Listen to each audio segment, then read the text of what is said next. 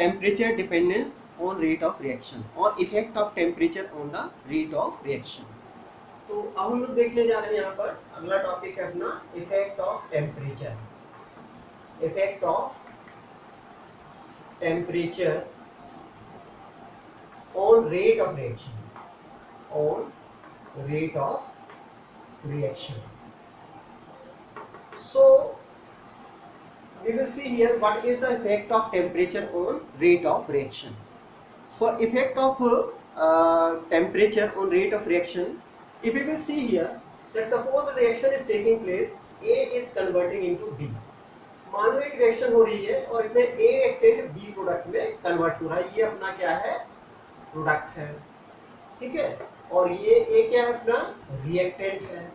तो आपका reactant A product B में कन्वर्ट हो रहा है. इसके लिए हम आप क्या लिखेंगे, rate is equal to, you can write here K, concentration of A to the power 1 suppose, या एन ले सकते हैं. N is the order of reaction, ठीक है, जहां एन क्या है, ऑर्डर ऑफ रिएक्शन है. अब हम जानते हैं कि what will the effect of temperature. क्या टेम्परेचर बढ़ाने से रिएक्टेंट का कंसंट्रेशन बढ़ेगा यहाँ पर? So the answer of this question will be no, ठीक है, क्योंकि टेम्परेचर बढ़ाने पर कंसंट्रेशन थोड़ी बढ़ता है. तो what will increase due to which the rate of reaction will also increase here. तो हम लोग देखते हैं कि generally on increasing the temperature, generally the rate constant of the reaction increases. Okay, आपके मन में ये एक प्रकार का डाउट होता है कि sir rate constant is a kind of constant which will not change, but it is not true. Okay, generally on increasing the temperature the rate constant of A reaction increases, that's why the rate of reaction also increases. Okay, और ये पाया गया है कि इसको हम लोग temperature coefficient के द्वारा अच्छी तरह से देख सकते हैं, ठीक है. तो यहाँ पर हम लोग देखेंगे कि here we will see here temperature coefficient. Temperature coefficient. What will be our temperature coefficient? So if we will see here about the temperature coefficient, it is found that on increasing the 10 degree centigrade temperature of a reaction, generally the rate of reaction will be just double of it. Okay, its initial rate. यानी यदि temperature को 10 degree बढ़ाया जाता है तो कोई भी reaction का रेट ऑफ रिएक्शन उसके इनिशियल रेट से आपका दुगना हो जाता है, ठीक है, 2 से 3 टाइम बढ़ जाता है, जिसको टेम्परेचर कोफिशिएंट के द्वारा आसानी से निकाला जा सकता है. तो हम लिख सकते हैं टेम्परेचर कोफिशिएंट होगा आपका, देख सकते हैं आपका rate of reaction, rate of reaction at आपका क्या हो जाएगा, T प्लस 10 डिग्री, ये इसके बराबर होगा, और divided by the, you can से, rate of reaction at T, rate of reaction at T temperature at T degree. T degree पर जो रेट ऑफ रिएक्शन होगा, तो यदि इन दोनों की वैल्यू को फाइंड आउट किया जाए तो ये 2 से 3 गुना बढ़ जाती है. मतलब अगर टेम्परेचर को 10 डिग्री सेंटीग्रेड तक राइज किया जाए तो rate of reaction will be just double और डबल टू ट्रिपल, ठीक है, डबल से ट्रिपल हो जाता है या दुगने से तिगने तक बढ़ जाती है रेट ऑफ रिएक्शन, ठीक है. अब हम लोग इससे ये मतलब we can say that on we can find out a type of conclusion that on increasing the temperature the rate of reaction generally increases. ठीक, तो हम इस बात को लिख सकते हैं यहाँ पर, on increasing the temperature,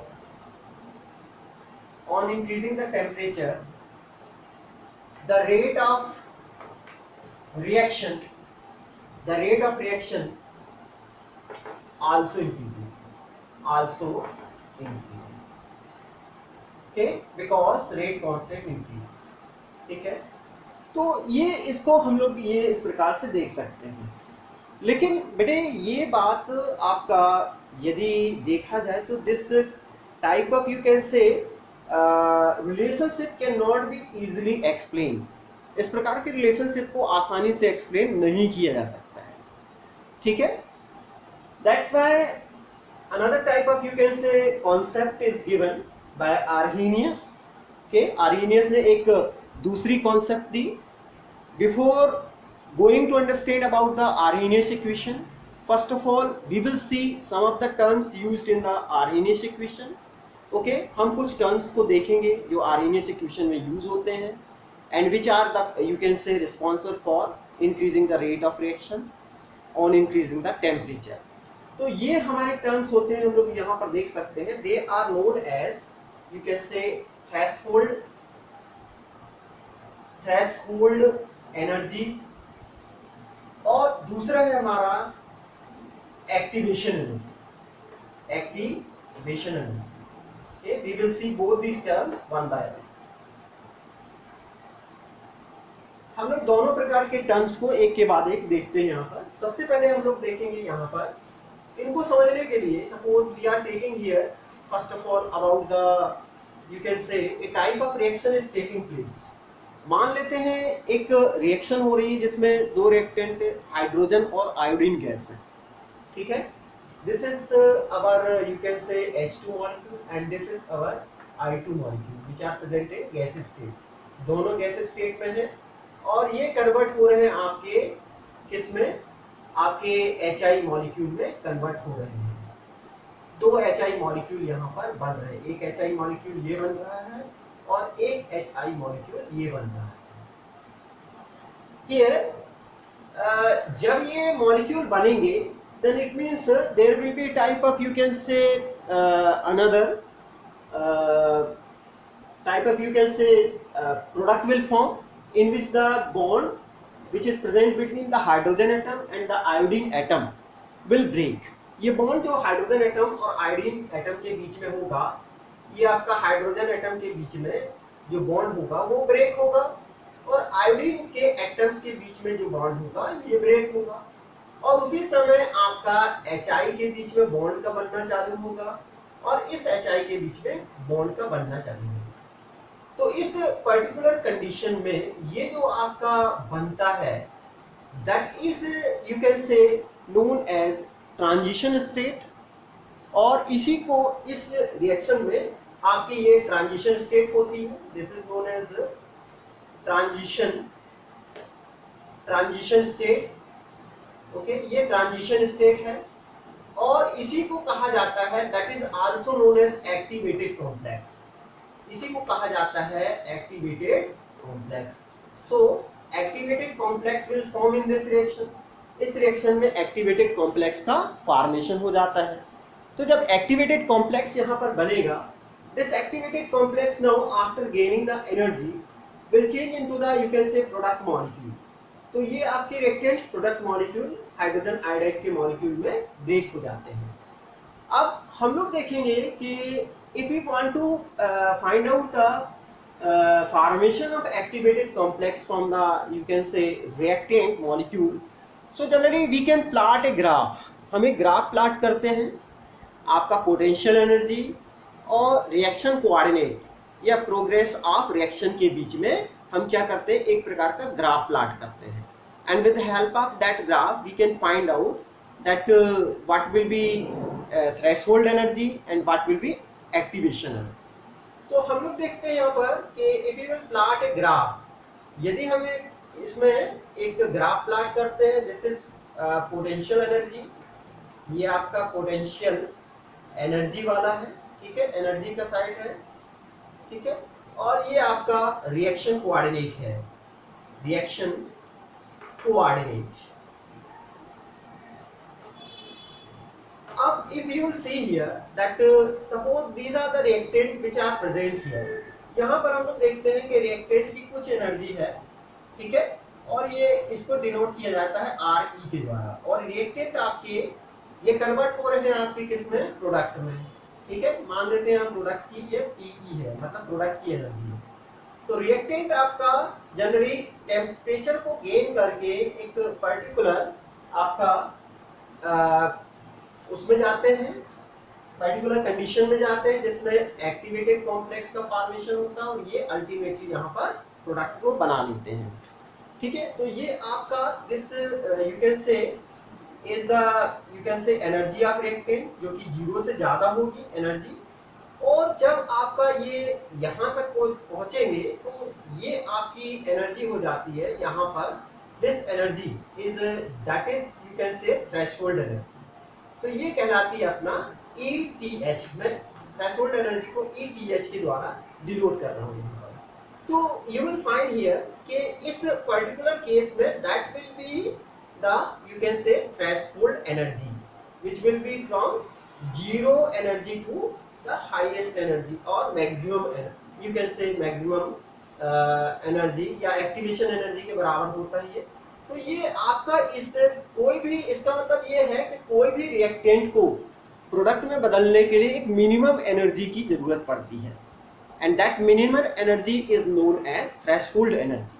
ठीक है, अब ये थ्रेशोल्ड एनर्जी तो ये तो खैर इससे दैट ये यहाँ से यहाँ तक की जो एनर्जी है that is you can say this amount of energy is known as activation energy. मतलब रिएक्टेंट की जो एनर्जी है उससे कुछ ज्यादा एनर्जी आपकी एक्टिवेशन एनर्जी होगी, और ये इसका वैल्यू यहाँ पर आता है। ठीक है, हम देखते हैं कि अब हम नहीं जानते हैं कि किसकी एनर्जी ज्यादा है, आपका रिएक्टेंट की एनर्जी ज्यादा है या प्रोडक्ट की एनर्जी ज्यादा है। तो हम जनरली हम आपका गैस करते हैं कि यहाँ से मान लेते हैं कि ये प्रोडक्ट की एनर्जी है। तो you will find here there will be the difference of energy between the reactant and product. तो वो आपका आता है डेल्टा H के द्वारा इसको डिनोट किया जाता है। नाउ अब हमें ये तो एनर्जी मिलती है, इसके बाद now we will try to find out what is the you can say definition of threshold energy. अब थ्रेशोल्ड एनर्जी की क्या डेफिनेशन होगी हम इसको फाइंड आउट करने की कोशिश करते हैं। तो हम इसको इस प्रकार से डिफाइन कर सकते हैं, we can define our threshold energy.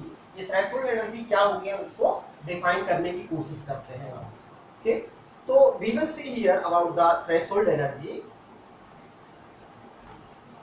Threshold energy, ठीक है, what is our threshold energy, we will see here. Threshold energy क्या होगी ये हम लोग देखेंगे।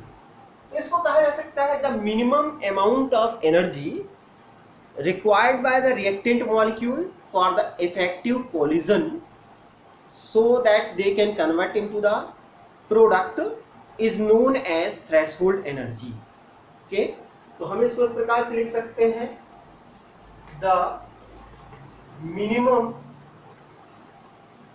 Amount of energy, the minimum amount of energy possess और minimum amount of energy required लिख लीजिए, required by reactant molecule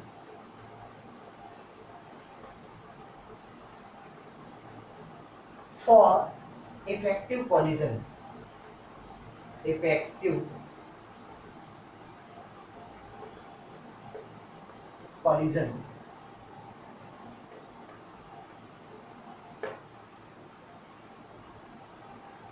for the formation of product, for the formation of product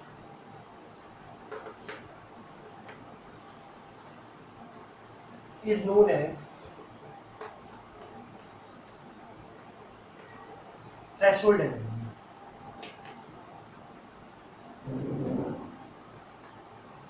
Threshold energy. So we can find out that threshold energy will be the you can say a type of difference between the or will be the sum of activation energy and energy of reactant. Okay, तो हम इसको लिख सकते हैं आपका ETH जो है threshold energy that will be equal to आपका reactant energy या RE and plus इसके EA, इन दोनों के सम के बराबर आपका थ्रेशोल्ड एनर्जी होती है। That will be the threshold energy. Okay, अब हम लोग देखते हैं कि here this is the you can say graph for a particular type of reaction in which either you can से रिएक्टेंट विल एब्जॉर्ब एनर्जी। तो इसमें ये जो ग्राफ है, this graph is given here that what will the you can say property of reactant by which it will proceed up to the you can say threshold energy and it will convert into the product. तो ये किस प्रकार की reaction के लिए graph होगा, we will see here. अब इस ग्राफ के द्वारा if you will see here, so you are looking here that the energy of reactant is slightly lower than the energy of the product. ये product की energy है, product की energy से reactant की एनर्जी क्या है आपकी, कम है. ठीक है, तो हम यहाँ पर लिख सकते हैं कि डेल्टा एच की वैल्यू क्या है आपका, ये आपका एनर्जी ऑफ प्रोडक्ट है और माइनस एनर्जी ऑफ आपका रिएक्टेंट आ जाएगा, है ना. तो ये हो जाएगा आपका रिएक्टेंट एनर्जी आर ई ले लेते हैं. तो if you will find here the value of delta H और enthalpy change will be positive, means this is the graph for you can say endothermic process. Okay, ये graph कैसा होगा आपका, endothermic process के लिए होगा. इसका मतलब ये है कि यहाँ पर जो आपका रिएक्शन है इसमें डेल्टा एच की वैल्यू क्या है, पॉजिटिव आ रही है. It means it will be energy absorbing process and the reaction will be you can say endothermic reaction. ये रिएक्शन आपकी एंडोथर्मिक रिएक्शन होगी जो एंथैल्पी को आपका एब्जॉर्ब करके, positive value will be for the absorption of the heat energy. तो ये आपका एंडोथर्मिक रिएक्शन का एक ग्राफ बनता है. ठीक है, and now we will see here about the you can say graph for exothermic reaction. अब हम एक्सोथर्मिक रिएक्शन के लिए भी एक ग्राफ को देखते हैं. For the exothermic reaction what kind of graph will be there. Generally exothermic reaction के लिए आपका फिर से आप पोटेंशियल एनर्जी और रिएक्शन कोऑर्डिनेट या प्रोग्रेस ऑफ रिएक्शन के बीच में ग्राफ को प्लॉट करते हैं. तो you will get here that the energy of the reactant will be greater. Okay, ये आपका रिएक्टेंट की एनर्जी है, ये इस प्रकार से होगी, और आपका प्रोडक्ट की एनर्जी जो है दैट विल बी स्मॉलर. तो ये आपकी प्रोडक्ट की एनर्जी है और ये आपका क्या हो जाता है, here you can take here कि ये आपका रिएक्टेंट की एनर्जी है और ये आपका EA की वैल्यू है, यानी आपका एनर्जी ऑफ एक्टिवेशन को ये शो करता है. ठीक है, और ये आपका TH है, अपना ETH है. अब इस पर्टिकुलर केस में if you will see here कि ये आपका एनर्जी है और ये इसकी एनर्जी प्रोडक्ट की. So this is the you can से difference between the value of energy of product and energy of reactant. तो इस पर्टिकुलर केस में अगर आप देखेंगे here in this particular case, अगर आप देखेंगे तो ये एक प्रकार का आपका एक्सोथर्मिक रिएक्शन है. इस एक्सोथर्मिक रिएक्शन के केस में आप देख सकते हैं delta H will be equal to what you can write here, delta H will be equal to ये हो जाएगा आपका पीई माइनस आरई. आप इस प्रकार से लिखेंगे. अब यहाँ पर पीई की वैल्यू इज लेस, पी की वैल्यू कम है और आर ई की वैल्यू क्या है, ज्यादा है. मतलब हम लिख सकते हैं PE is less than R E. तो आपका क्या आ जाएगा, अपना delta H will be equal to negative. मतलब ये वाला ग्राफ किसके लिए होगा आपका, this graph will be for the exothermic reactions. ठीक है, ये ग्राफ अपना एक्सोथर्मिक रिएक्शंस के लिए हो जाता है. Okay, and in this manner ये हम लोगों ने देखा कि ये आपका क्या हो जाता है, एंडोथर्मिक और एक्सोथर्मिक रिएक्शन के लिए हम लोगों ने ग्राफ प्लॉट करके देखी. अब हम लोग देखेंगे what is our energy of activation और एक्टिवेशन एनर्जी. तो हम लोग देखेंगे यहाँ पर, अब हम लोगों को देखना है एनर्जी ऑफ एक्टिवेशन, यानी ये EA क्या है. तो EA जो हम देखते हैं कि this is the difference between the you can say आपका threshold energy and energy of the reactant. तो हम यहाँ पर now we will see here about the activation energy. हम यहाँ पर we will see here about the activation energy now. ठीक है, एक्टिवेशन एनर्जी को generally it is denoted by EA. ठीक है, तो हम लोग देखते हैं कि एक्टिवेशन एनर्जी को we can define here our activation energy as it is the you can say minimum amount of energy. ये एक्टिवेशन एनर्जी जो है ये आपका एनर्जी मिनिमम रिक्वायर्ड एनर्जी है for the formation of activated complex is known as activation energy.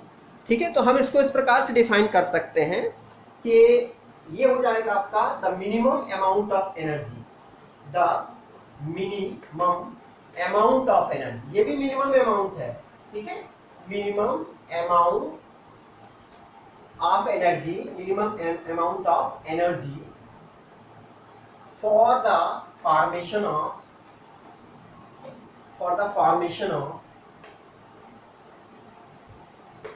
activated complex. Activated complex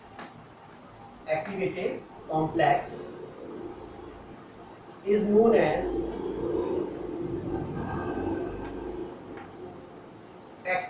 activation energy.